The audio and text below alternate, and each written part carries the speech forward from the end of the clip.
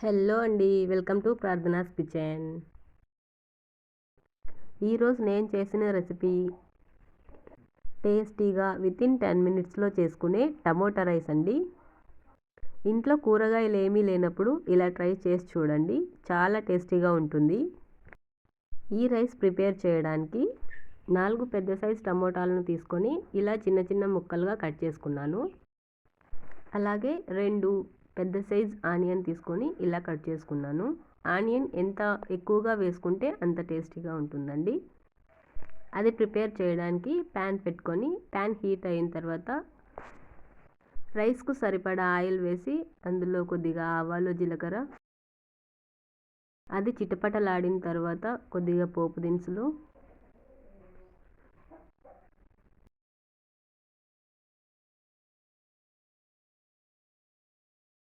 స్పైసీగా కావాలంటే అందులోకి కొద్దిగా ఎక్కువ పచ్చిమిర్చి వేసుకోవాలి. పచ్చిమిర్చి లైట్గా వేగిన తర్వాత 4 ఎండుమిర్చి వేసుకొని కలుపుకోవాలి. ఇవి కొంచెం లైట్గా ఫ్రై అయిన తర్వాత ముందుగా కట్ చేసి పెట్టుకున్న ఆనియన్ వేసుకొని ఉడికించుకోవాలి.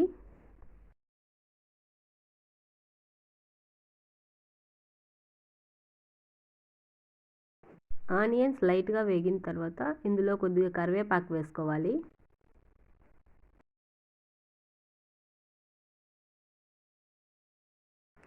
పోపు మొత్తం బాగా మిక్స్ అయ్యి వేగిన తర్వాత ఇందులో ముందుగా కట్ చేసి పెట్టుకున్న టమోటా వేసుకోవాలి.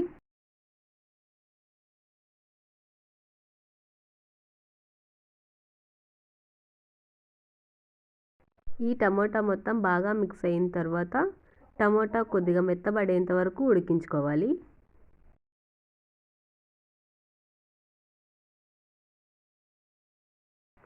చూడండి, టమోటా కొద్దిగా లైట్గా వేగిన తర్వాత ఇందులో 1/2 టేబుల్ స్పూన్ కారం పొడి, లైట్గా ధనియా పొడి, కొద్దిగా పసుపు, టేస్ట్కి తగ్గట్టు సాల్ట్ వేసుకొని మిక్స్ చేసుకోవాలి.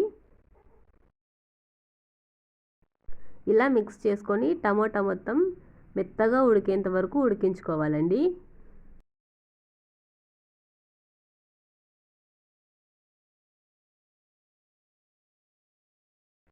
చూడండి, టమోటా మొత్తం ఉడికిపోయింది. టమోటా మొత్తం ఇలా అయ్యేంత వరకు ఉడికించుకోవాలి. టమోటా బాగా ఉడికిన తర్వాత ఇందులో 1 కప్ రైస్ వేసుకొని మిక్స్ చేసుకోవాలి. అలాగే రైస్లో కొద్దిగా సాల్ట్ యాడ్ చేసుకొని మిక్స్ చేసుకోవాలి. ఇంతకుముందు టమోటాకు సరిపడా సాల్ట్ వేసామండి, అందువలన రైస్లో కొద్దిగా సాల్ట్ యాడ్ చేసుకుంటే సరిపోతుంది. చూడండి, రైస్ మొత్తం బాగా మిక్స్ అయింది. ఇలా మిక్స్ అయ్యేంత వరకు కలుపుకోవాలి. ఈ రైస్ను లంచ్ బాక్స్కి కానీ టిఫిన్స్కి కానీ ఈజీగా 10 మినిట్స్లో ప్రిపేర్ చేసుకోవచ్చండి. చాలా సింపుల్గా చేసుకోవచ్చు. టేస్ట్ కూడా చాలా బాగుంటుందండి. ఇలా మిక్స్ చేసుకొని ప్లేట్లో సర్వ్ చేసుకుంటే అంతేనండి, ఈజీ టమోటా రైస్.